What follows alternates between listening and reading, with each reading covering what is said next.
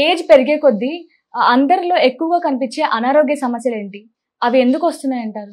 ఒక ఏజ్ పెరిగే కొద్దీ బీపీలు, షుగర్లు లేకపోతే హైపర్ టెన్షన్స్, గ్యాస్ట్రిక్ ఇరిటేషన్స్ రావడానికి మెయిన్ రీజన్స్ ఒకటి ఫస్ట్ ఆఫ్ ఆల్ వాళ్ళు చేసే పని ఒత్తిడి, 2 స్లీప్లెస్నెస్, రెండోది థాట్ ప్రాసెస్.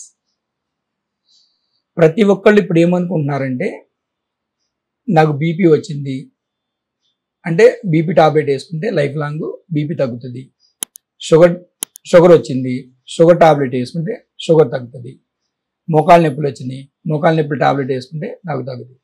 ఇది ఎక్కడన్నా సాధ్యమైందా? ఓకేనా, ఎక్కడ ఇది సాధ్యం కాదు. ఎందుకు సాధ్యం కాదంటే రూట్ కాజ్ ఏంటి? ఒక పేషెంట్ మన దగ్గరికి బీపీతో కానీ షుగర్తో కానీ పెయిన్స్తో కానీ వచ్చాడు అంటే అతని పరిస్థితులు ఏంటి, అతను ఏ జాబ్ చేస్తున్నాడు. ఇప్పుడు మనం ఒక జాబ్ ఎంప్లాయీని తీసుకున్నాం, ఒక జాబ్ ఎంప్లాయీని తీసుకుంటే అతను డే అండ్ నైట్ చేస్తున్నాడా?